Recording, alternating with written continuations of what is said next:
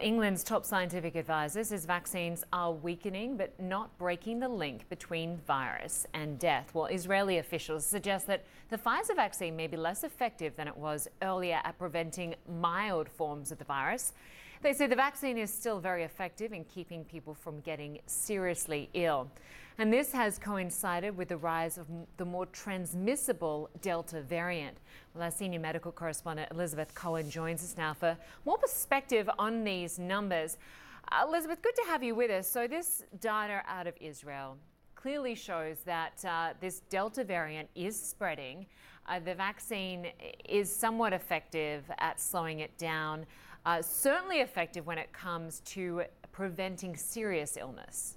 Absolutely. I mean, this Israeli data is so important because, of course, this is a nation that has a very high vaccination rate, all of it with Pfizer, or nearly all of it with Pfizer. And so the lesson here is that this vaccine has really saved a lot of lives as the Delta variant becomes the predominant virus, becomes the predominant strain, as it is right now in Israel. So one caveat, this data, there's no study behind it. It hasn't been published anywhere, so we have no way to show it to experts to verify whether or not it makes sense. But given that caveat, let's take a look at the data coming out of Israel right now. They say that the vaccine is now only 64% effective at preventing infection, and that's because of the Delta variant. British data is sort of more optimistic. It's more like around 80%. It's unclear why it appears to be worse in Israel, or why the data is worse in Israel. But, and Lynda, this is the more important number. It is 93% effective at preventing severe illness and hospitalization.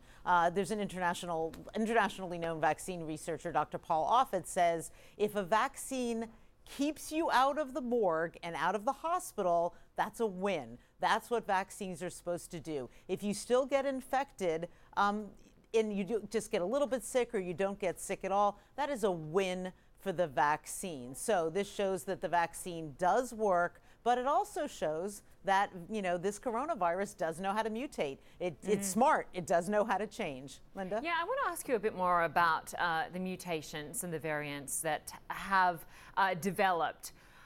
Given that people who are vaccinated can still contract the virus, even in a mild form, does it suggest that the coronavirus is learning how to outsmart vaccines? A little bit, yes. It is showing that it knows how to change, that it's wily, that it kind of knows what it's doing. This is the important part. This is why vaccination is so important. Viruses get smarter as they spread. The more they spread, the more they learn. It's kind of like playing a sport. The more you or I play a sport, the better we're going to get at it. So this virus, it spreads from person to person to person, and it learns how to outwit, anything that comes in its path.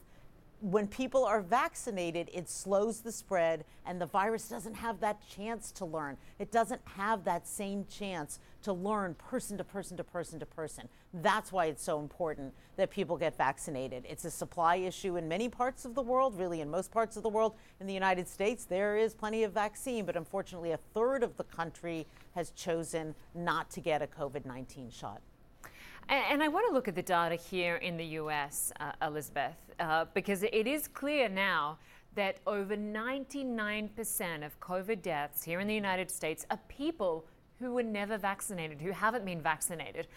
So it seems very clear that if you don't want to get vaccinated, you do carry a serious risk. Absolutely. More than 99% of people who died in the U.S. in June of COVID-19 were not vaccinated. You would think that number would be information enough to make people roll up their sleeves. Unfortunately, that is not the case. If you choose not to get vaccinated, you're putting your life at risk, and you're putting other people's lives at risk, because maybe you'll get infected and you'll be fine, but you'll pass it on to someone and it could kill that other person. And thirdly, when you're not vaccinated, you're giving the virus a chance, as we discussed earlier, to become smart and to learn how to outwit the vaccine. So far, the virus has not outwitted the vaccine, but we're giving it more and more chances if we don't get vaccinated.